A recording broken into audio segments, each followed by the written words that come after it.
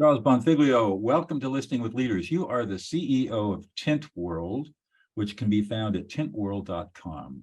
Thanks for joining me today. Thanks, Douglas. I'm happy to be here. You have a pretty amazing story. In our Authority magazine interview, I was just so impressed with the whole journey you've been on. Why don't you tell us your backstory? The backstory was, as a young kid growing up in Brooklyn, I kind of liked cars, and I did it just for fun on my cars when I was a teenager. But my family had a business that I worked with in their local business. It was a clothing factory. So I learned every aspect of the business. I was always inquisitive of, how does that work, Dad? And how much does that person make? Oh, I'm going to learn that. Well, but that guy, oh, they makes more. I want to learn that. So I just learned the business through wanting to learn who was making the most money. And then when I got out of high school, I just wound up opening my own factory. And my father had so much work that he was just starting to feed me the leftovers that he had. And then from that point, I started finding my way, making relationships, doing really good work.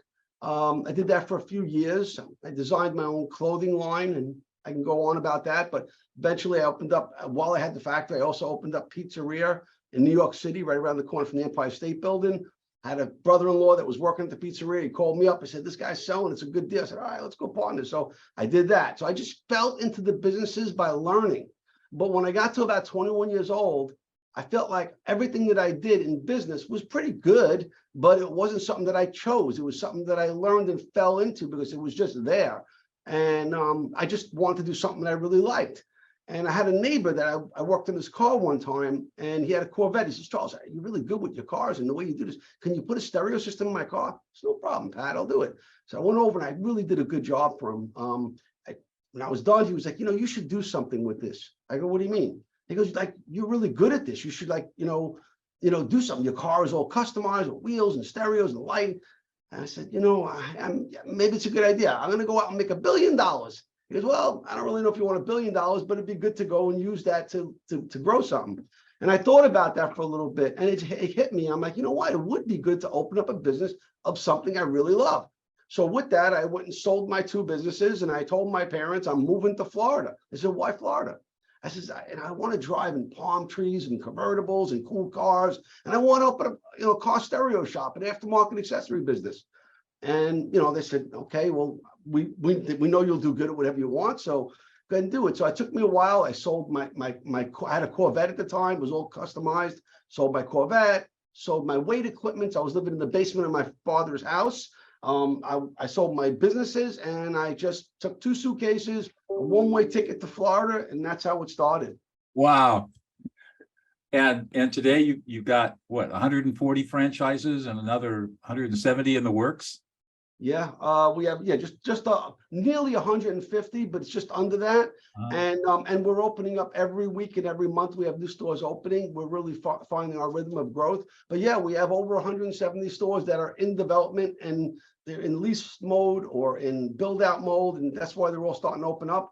And every day we have more coming in that people are purchasing them. I'm actually finding that we're getting the bigger players coming in, meaning that my whole life, even when I was running this franchise, I've been advertising to my 21-year-old self.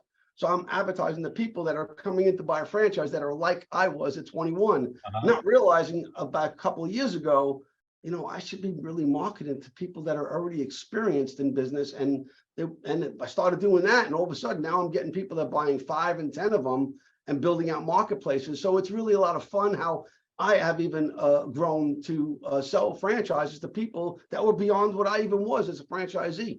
That's crazy. A lot of fun. I guess so. So tell us a little bit about Tint World. What exactly is the business about? Well, Tint World started out in 1982 by someone else. They started the business. So when I came down to Florida and I found franchising, along the way, I started to get my car tinted. This place was pretty cool. Name was Tint World. That's a really cool name, and the way it was done. And just as I started building my other franchises, I started to grow. And then as fast forward, after I built 10 franchises with another brand, I got to the point where I was one of the leading franchisees. I was really knowledgeable about franchising, but I really thought, if I don't start doing something what I want to do, I'm never going to get there. So I went home and I told my wife that day, I said, listen, I don't really want to open up any more of these other franchises. She says, what do you want to do? I says, I want to open up the business I always dreamed of, the business I came down here to start. I want to open a car stereo shop, an aftermarket accessory business. I really think I could do a good job. And knowing what I know from my last franchise, I think I could do it better. And I think if I want this franchise, there's nothing else like it. If I want it, there's got to be other people that want it. So I'm going to build my own franchise. So as after doing some talking, I called up the guy who owned the Tint World Center. He owned about 6 locations at this point in South Florida. So I called him up and I took him to lunch and I made him an offer. And he took the offer. It took about a month of getting the deal done. And I purchased his 6-store franchise, 6-store company stores. And it took him about a year to write the franchise system and launch it. And then in 2007, we launched franchising. And first year I awarded 3, and I started going very slowly over the years. When I got to about 2019, we had about, I don't know, about 70. And okay, it's time to really now, really grow this thing. I mean, I was doing a few a year growing. I really got it down. I got a built team now around me. It's time to grow and scale. So I put some time into learning really how to really focus on fran dev, on, selling and marketing franchise opportunities. I really was just tripping on some sales because it was a cool, fun business.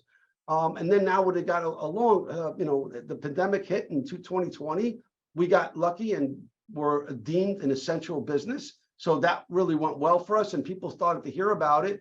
And that was the hot thing. Let's leave this franchise, let's buy this one. And next thing you know, here we are, like, growing like weeds in the last 3 or 4 years, and right through the pandemic and right out of it, like a boomerang shot. Wow. So really, really good. And that's how it all happened.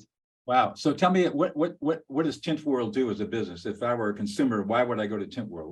What products and services do you offer? So we offer all the fun stuff and also things that you want, you need.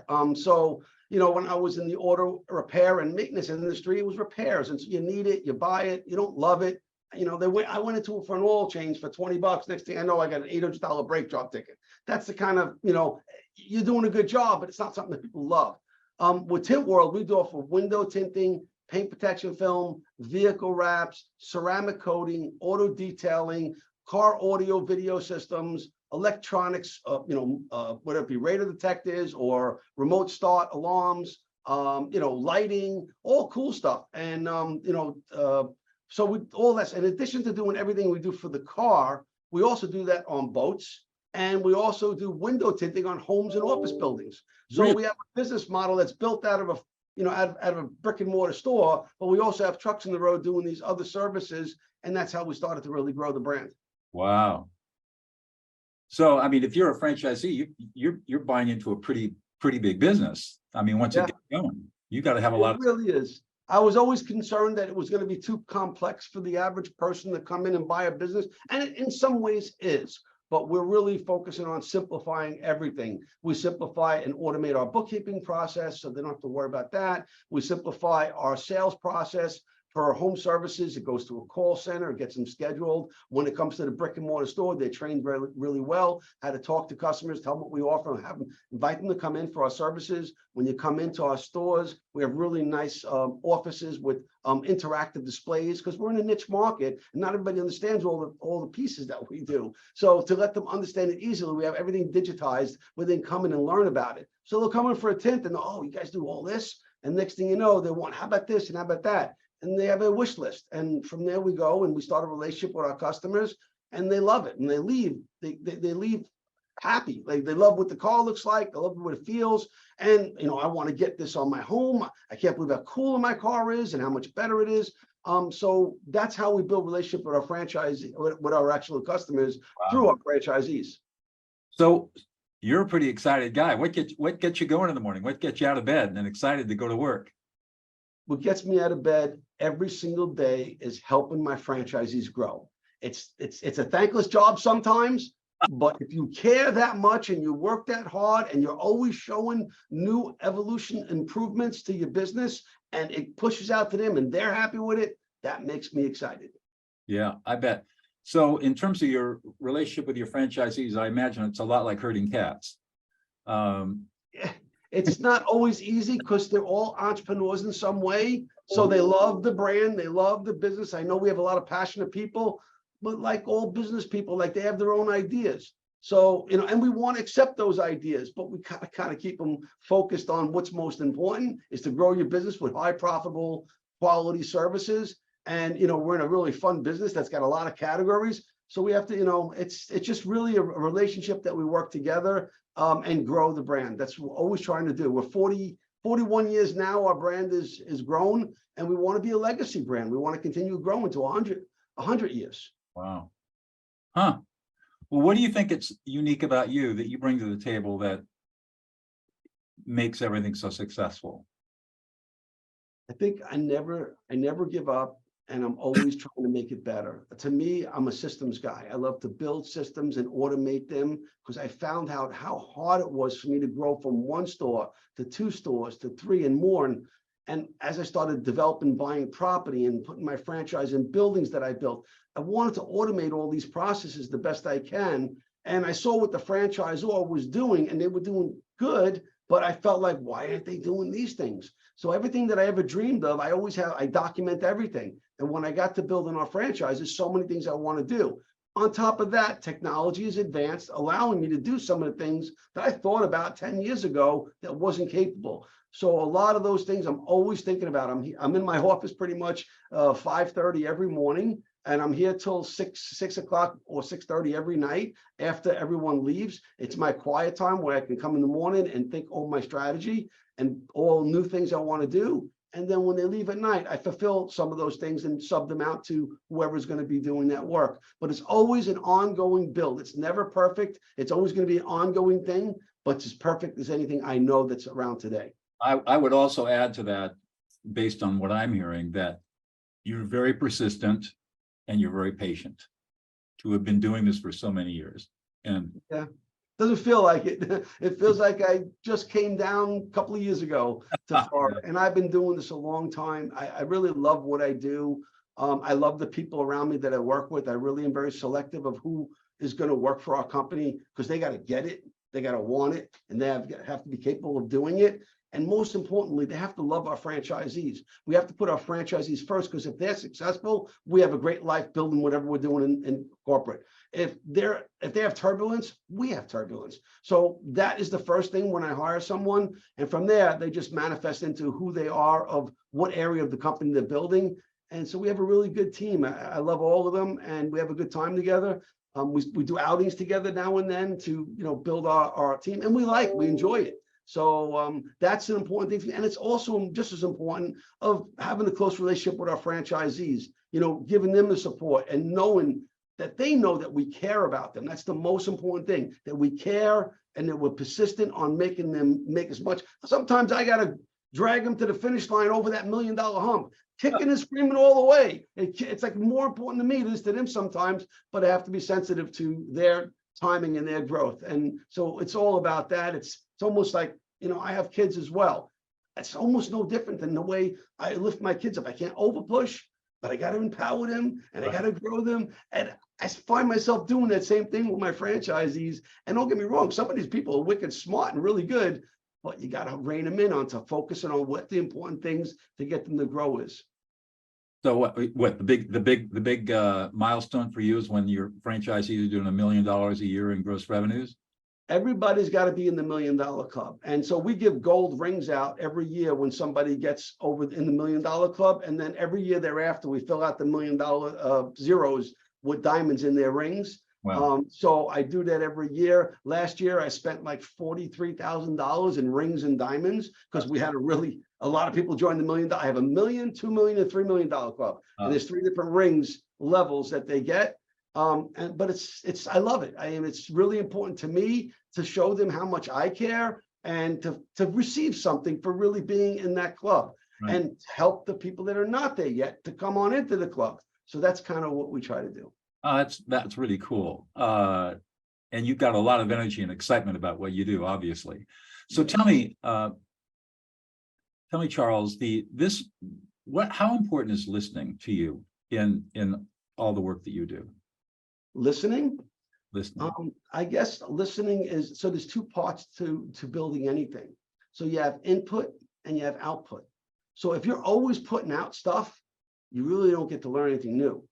And if you're always just listening and pulling in stuff, reading and podcasting and listening, if you're always doing that, you don't have energy to put it out. So there's got to be a balance of what you're pulling in on listening and what you're producing. And that's really important. Be selective to listen to things that are going to make you positive, that is going to keep you growing and learning, and then use those skills to go out. A lot of the kids today, they go to college, they go to schools, and they're pulling all the stuff in. And yeah, they're taking tests, but you have to create something with that knowledge that you found. And so I don't know that all of them are doing that. So I try to talk to my kids all the time. It's great to learn, but make sure you actually facilitate something, you build something at the same time. So you're push and pull. It's got to be both. It's really important to have that level equalness, because if you're just pushing, you don't learn anything new. And if you're just listening, you're not producing anything. So you have to have both. Have to have both. So how do you handle, every now and then you must get a call from a franchisee that's unhappy or upset or something. How do you handle that? In the best way you can. I mean, first you have to listen. And there you go. What they're saying, and you want to know what is really a valid complaint and what is just whining or complaining about something that really is not an issue. And then from that point, I have to decide, is this something that I'm going to best give it to them, or is it somebody else on my team or another franchisee that can answer it to them in a way where they would more receive it, knowing that, again, if it's something about what they can't do in their business, I can pick out 10 other people that can. And I can tell them, and they'll listen to most of it, but to really truly believe it, they want to hear from their peers. So I'll align them with those peers that could probably support what I'm telling them because they're already doing it. Right. That helps them listen a little bit more. But and then sometimes it's me. I can give them a lot, and they'll probably take 80% of me. Sometimes they need that other 20. And how do I do that? The right person. And maybe somebody on my team, maybe my COO, my CIO. Somebody's going to get to them and help it. Now, they don't just flip like a switch. It's got to be learned and absorbed over time and work with them. So it's no different than any other thing that you're training. They have a pain point. We have to figure it out. And we have to make sure that they're getting the best person to actually work with them on getting past that and know or solving the problem if there is one. Well, it seems like, I mean, you're really dedicated to your franchisees. I mean, you're really, and to their success. And I think that speaks highly of you. What do you think it takes to be a successful franchisee in your business? Well, in my business, I think that number one, it's nice to have passion for your brand, because that goes a long way. You're going to put a lot of your time and energy into whatever business that you do. And if you're passionate about it, it's not as much work. It is your sport, your hobby. You want to see not just the money, but you want to see it grow. Money's important, but so is enjoying your life and the people that you surround yourself with. So I think the passion and having a good, what you like and what you're good at is good. Also, basically having good leadership, because, some people come in and they're really good at what they do, but if you're not breeding leaders, how are you going to build your team and your business? It's not a one-man team. We have, stores that open up and they need to have, 3 or 4 people that work in that business for them. And if the employees trust them and they're honest with them and they support them, they're going to want to be there. They build a good culture, a good trust, and a good idea of growth. Nobody wants to buy in, oh, this is all I got. No, we're growing. So the more you grow, the more they understand that there's room for them to grow within your world. And you want them to be able to do that. So putting the right people in the right places is really important, and that's leadership. And how do you go about cultivating leadership in your franchisees? Is that something they need to have already, or is it something that you can coach them in? Some people come in and they have good leadership already, and it's quick. You can see how quick they put the right people in place and they grow it, they get it, and they run it. And then some people, they have ability to do it, but maybe they didn't use it, or they didn't have family or friends that were really having them cultivate that leadership. And a lot of times we can actually bring them up. And again, it's pairing them with other franchisees that are doing really well in that way. And then there's some people, they just don't have that ability, so what do we tell them in that point? Maybe they have a broken language, that they're not really good in that area, or maybe they just don't align with some of the people that are employees. We try to tell them, hire a manager that has good leadership. So you can work with that manager and they could be your liaison to build your team and support them maybe the way that you can't right now. but it's all good. As long as we can get through to them that someone has to lead the team, whether it be the owner, the husband or the wife or a family member, if not them, then some employee that's a manager that can actually help them build a team and bring out their vision. That's important. Wow. Huh. So what's the future look for you? Next 10 years? You know, it's 10 years is a long way out. I like to dream about what it could be in 10 years, but I always focus on the 2 to 3 years, stretch, because it's more doable for me. I've already got everything built out in the next 2 to 3 years that in my mind, with some slight adjustments of shift of technology and new things that are coming up. But if I think too far out into 10 years, it might get clouded because it can be a lot of different directions. But yeah, 3 to 5 years, we'll have over 600 locations in the US, and we'll have more countries, with our brand. Right now, we have 4 countries. We have US, Canada, Saudi Arabia, and Dubai, where we have stores, and we're building more in all those areas. But now we're actually sending my team down to Australia, and we have a meeting with a very large group of car dealers that's looking to take on Tint World, and it would be great. I think Australia would be great for our brand. So we like to grow. It's one thing to see you do very well in any city in the United States, but to see it grow in other countries and people are just as excited about what we do there and how much it's desired and unique. I mean, that we love. That really makes me feel good that I'm building something that's worthy. Last week, we had a really big week.